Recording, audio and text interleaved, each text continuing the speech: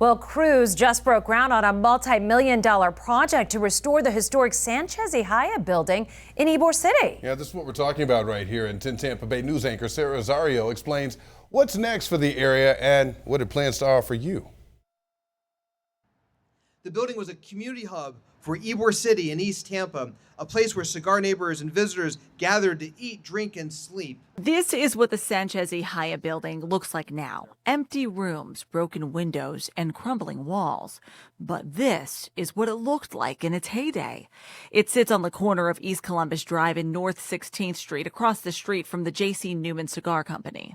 A century ago, the first floor was a restaurant and a bar, and the second floor was a small hotel. The building housed a speakeasy during Prohibition and later became a grocery store, and at one point it was used as a knitting shop. Ignacio Haya and Serafin Sanchez built it, and their family joined in today's celebration. We're standing, in a building, in the shadow of a building from 1910 that my great-great-grandfather had built to support the cigar workers. The building was neglected for decades until the Newman family bought it.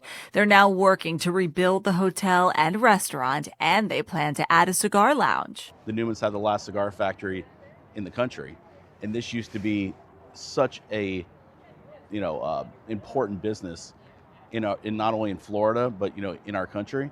And the fact that they're working very hard to keep that legacy alive, and that my family can be a part of that, I think it's fantastic. Local leaders say restoring the building will help bring more people to the area. We are a community on the move, aren't we? You see more cranes here in building and redevelopment than ever. So many people are attracted to come live in our beautiful city.